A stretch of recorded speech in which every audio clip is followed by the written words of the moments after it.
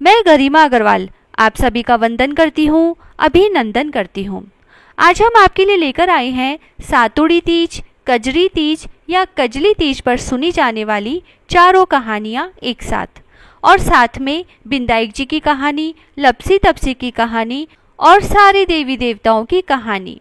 सारे देवी देवताओं की कहानी किसी भी व्रत त्योहार की कहानी के बाद सुनने से हमारी पूजा में या हमारी कहानी कथा में कोई कमी रह जाए तो वह पूरी हो जाती है। तो आइए सुनते हैं सातुड़ी तीज की कहानियाँ। सातुड़ी तीज की कहानी। किसी नगर में एक सेठ सेठानी थे। उनके पास बहुत धन संपत्ति थी, पर उनके कोई संतान नहीं थी। भाद्रपद में कजली तीज माता का व्रत आया। सेठानी ने पूजा करके तीज माता से कहा, हे नीमड़ी माता, हे तीज माता, यदि मेरे 9वें महीने पुत्र हो जाएगा तो मैं आपके 1.25 मन का सत्तू चढ़ाऊंगी। और तीज माता की कृपा से 9वें महीने पुत्र को जन्म दिया। परंतु सेठानी नीमड़ी माता के सत्तू चढ़ाना भूल गई। सेठानी के 7 बेटे हो गए, परंतु सेठानी ने तीज माता के सत्तू नहीं चढ़ाया। पहला बेटा विवाह योग्य हो गया। लड़के का विवाह हुआ। सुहाग रात के दिन अर्धरात्रि को सर्प ने डस लिया और उसी क्षण मृत्यु हो गई। दूसरे, तीसरे, चौथे, 5वें, 6ठे पुत्र की भी विवाह के समय पहली रात को ही सर्प के डसने से मृत्यु हो गई। 7वें बेटे की सगाई आने लगी, तब सेठ सेठानी ने मना कर दिया। गांव वालों के बहुत समझाने पर सेठ सेठानी शादी के लिए तैयार हो गए। तब सेठानी ने कहा, इसकी सगाई बहुत दूर करना। सेठ जी सगाई करने के लिए घर से चले और चलते चलते बहुत दूर एक गांव में आए। वहां कुछ लड़कियां खेल रही थी और मिट्टी के घर बना रही थी। सबने अपने अपने घर तोड़ दिए, पर उस लड़की ने कहा, मैं तो अपना घर नहीं तोड़ूंगी। सेठ वहां खड़ा खड़ा यह सब देख रहा था। सोचा, यह लड़की समझदार है। लड़की खेलकर घर जाने लगी, तब सेठ भी उसके पीछे पीछे घर चला गया। लड़की के माता पिता से मिलकर अपने लड़के की सगाई कर दी और विवाह का मुहूर्त भी निकाल लिया। घर आकर विवाह की तैयारी करने लगा। सेठ परिवार व गांव वालों के साथ बारात लेकर गया और 7वें बेटे का विवाह हो गया। बारात विदा हुई। लंबा सफर होने के कारण माँ ने लड़की से कहा कि रास्ते में तीज माता का व्रत आएगा, यह सत्तू व सिंग डाल रही हूँ। रास्ते में नीमड़ी माता का विधि पूर्वक पूजन कर कल अपना ससुर जी को दे देना। धूमधाम से बारात चली। रास्ते में तीज का दिन आया। ससुर जी ने बहू को खाने के लिए कहा तो बहू ने कहा कि आज तो मेरे कजली तीज का व्रत है। शाम को बहू ने गाड़ी रुकवाई और कहा कि मुझे तीज माता की पूजा करनी है।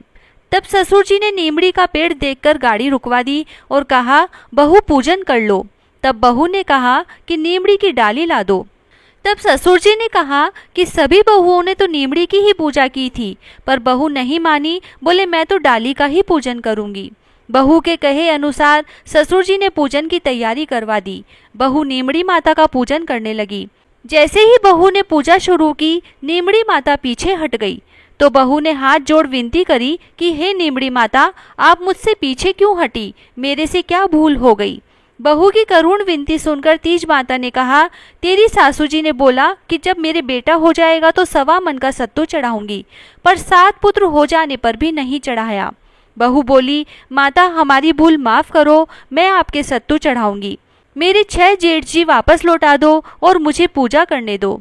तीज माता नववधू की भक्ति व श्रद्धा देखकर प्रसन्न हो गई। बहू ने नीमड़ी माता का पूजन किया, चंद्रमा को अर्घ्य दिया। उसके पति ने सत्तू पासा और ससुर जी को कल्पना दे दिया। बारात घर पहुंची। बहू के घर में प्रवेश करते ही उसके 6 जेठ प्रकट हो गए। सासू जी ने धूमधाम से सबका गृह प्रवेश किया। सासू जी बहू के पांव पकड़ने लगी। तब बहू ने कहा, सासू जी आप ये क्या कर रही है? आपने जो तीज माता के सत्तू बोला था उसको याद करो। सासू जी को याद आ गई। अगले साल भाद्रपद मास में कजली तीज का व्रत आया। 7.25 मन का सत्तू बनाकर नीमड़ी माता के चढ़ाया। धूमधाम से विधिवत नीमड़ी माता का पूजन किया। हे नीमड़ी माता, जिस प्रकार सेठ के घर में आनंद हुए वैसे ही सबके घर में आनंद करना, अखंड सुहाग देना, संतान को लंबी आयु प्रदान करना। एक गांव में एक गरीब ब्राह्मण रहता था। भाद्रपद मास में कजली तीज का व्रत आया। उसकी पत्नी ने कहा कि आज मेरे कजली तीज का व्रत है, मेरी तीज माता की पूजा करने के लिए सत्तू लाना। तो ब्राह्मण चिंतित हो गया और विचार करने लगा कि चोरी करूं या डाका डालूं, पर पूजा के लिए सत्तू तो लाना ही पड़ेगा। रात्रि के समय ब्राह्मण घर से निकला और एक साहूकार की दुकान में घुस गया। ब्राह्मण ने चने की दाल, चीनी, घी लेकर 1.25 किलो वजन का सत्तू बना लिया और जाने लगा। तभी दुकान का नौकर उठ गया और चोर चोर चिल्लाने लगा और ब्राह्मण को पकड़ लिया। साहूकार आया और उसके पूछने पर ब्राह्मण ने कहा कि मैं चोर नहीं हूँ, मेरे पत्नी के तीज माता का व्रत है, इसीलिए मैं सिर्फ 1.25 किलो सत्तू बनाकर ले जा रहा था। ब्राह्मण की तलाशी लेने पर सत्तू के अलावा उसके पास कुछ भी नहीं मिला। उधर चांद निकल आया, उसकी पत्नी इंतजार कर रही थी।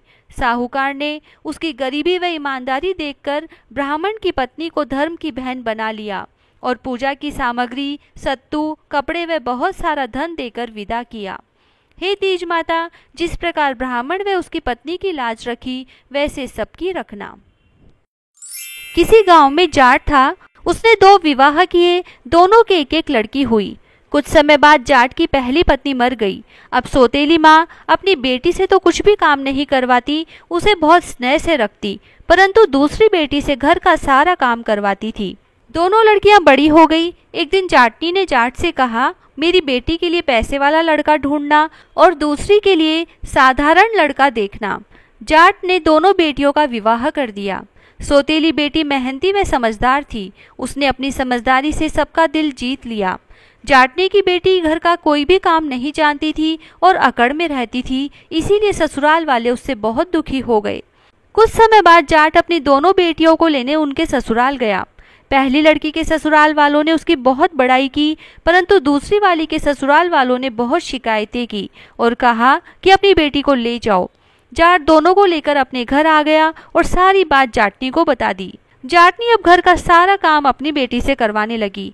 कुछ समय बाद भाद्रपद मास में सातुड़ी तीज का व्रत आया। दोनों बहनें पूजा करने गई तो पहली लड़की ने कहा, हे नीमड़ी माता, तू मीठी है, जैसे मुझे भी मीठी रखना।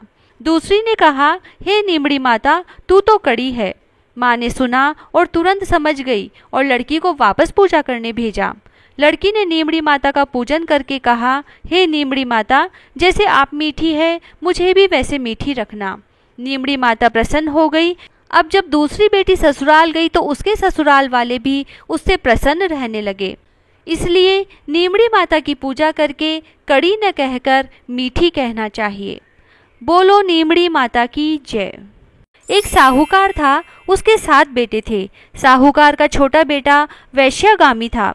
उसकी पत्नी अपनी जेठानियों के यहाँ घर का काम करके अपना गुजारा करती थी। भादवे के महीने में कजली तीज का व्रत आया। सभी ने तीज माता का व्रत किया, सत्तू बनाया। उसकी सासू जी ने एक छोटा लड्डू उसकी पूजा के लिए भी बना दिया। शाम को तीज माता नीमड़ी माता का विधि पूर्वक पूजन करके कहानी सुनने के बाद सत्तू का पिंडा पासने लगी। तभी उसका पति वैश्या के से आया और बोला कि दरवाजा खोल। उसने दरवाजा खोल दिया। उसका पति बैठा भी नहीं और उसी क्षण कहा कि मुझे अभी इसी समय वापस छोड़कर आ। वह उसे वापस वैश्या के यहाँ छोड़कर आई। ऐसा उसने 6 बार किया और वह 7वीं बार भी वापस आया और बोला कि चल मुझे वैश्या के यहाँ छोड़कर आ, अब वापस नहीं आऊंगा। 7वीं बार जब पति को छोड़कर आने लगी तब रास्ते में एक बरसाती नदी आती थी। जोर से बरसात आने लगी तब वह एक पेड़ के नीचे बैठ गई। जब वह वापस आने लगी तो नदी में से आवाज आई, आव तारी जाव तारी, दोना खोल पीवे तो पिया प्यारी होए। उसने पीछे मुड़कर देखा तो दूध का दोना तैरता हुआ दिखा। उसने पीछे मुड़कर देखा तो एक दूध का दोना तैरता हुआ दिखा। उसने उस दोने से 7 बार दूध पीकर उसके टुकड़े कर चारों दिशाओं में फेंक दिए।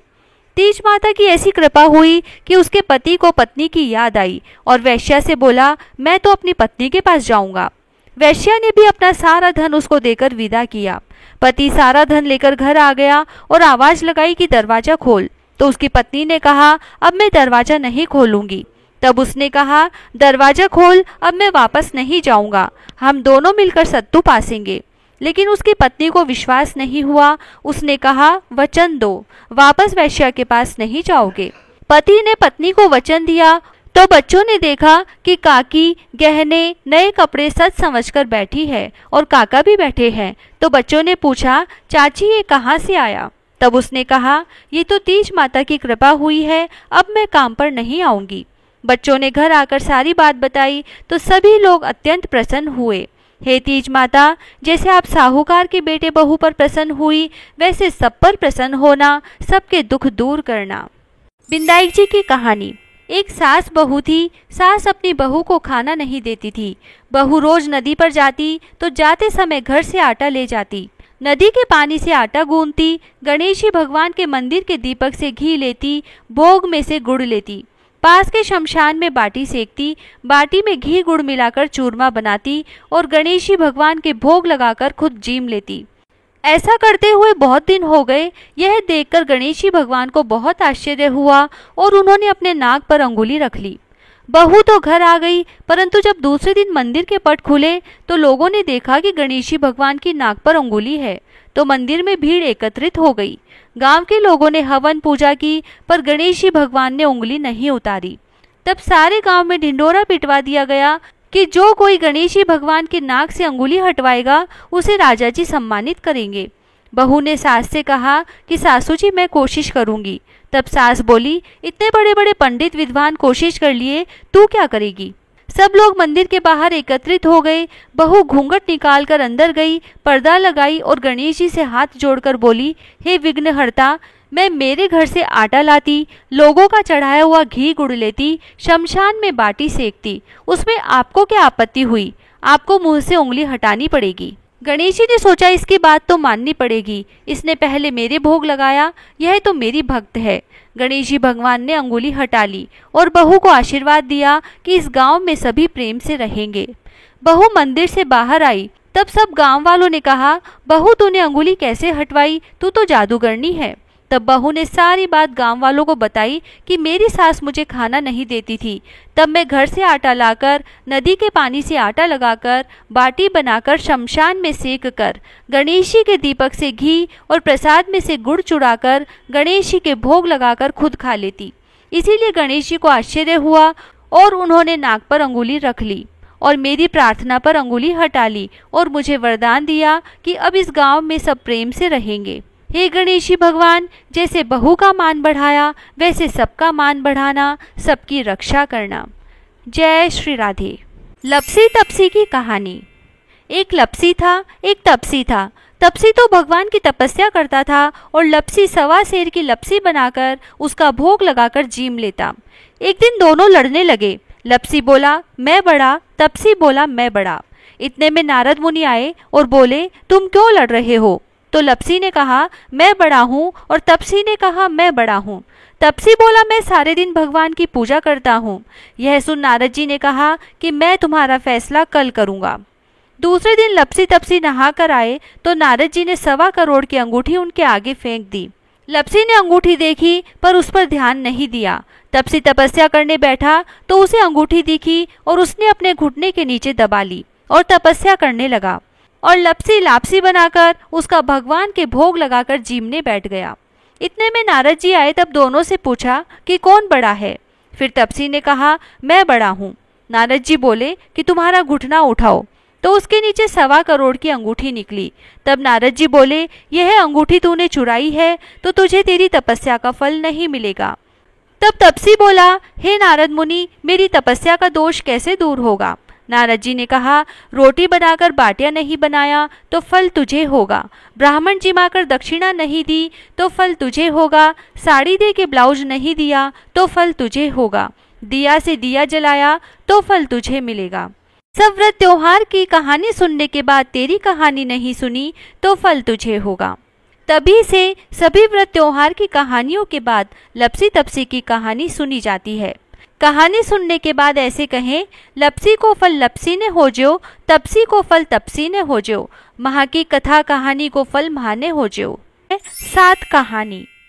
7 कहानी मैं कहूँ, ईसन की, बीसन की, पाल की, पथवारी की, लपसी की, तपसी की, गजानन गणेश की, चांद की, सूरज की, गाय की, बाछिया की, चरणामत भगवान की, तिलक भगवान की, आकाशा दिया की, धर्मराज जी की, राम लक्ष्मण की, तुलसा की, पीपल की, केला की, कदम की, आंवला भगवान की, बड़ भगवान की, कल्प वृक्ष भगवान की, आशा भगवती की, गिरिराज भगवान की, मोर मुकुट बंशी वाले की, शंकर पार्वती की, बजरंग बली की, 33 कोटि देवी देवताओं की, 68 तीर्थों की, 68 संतों की, 8 वारों की, भूलिया चूकिया की। आज सोमवार, मंगलवार, बुधवार, गुरुवार, शुक्रवार, शनिवार और रविवार 8 वारों की कहानी सुने।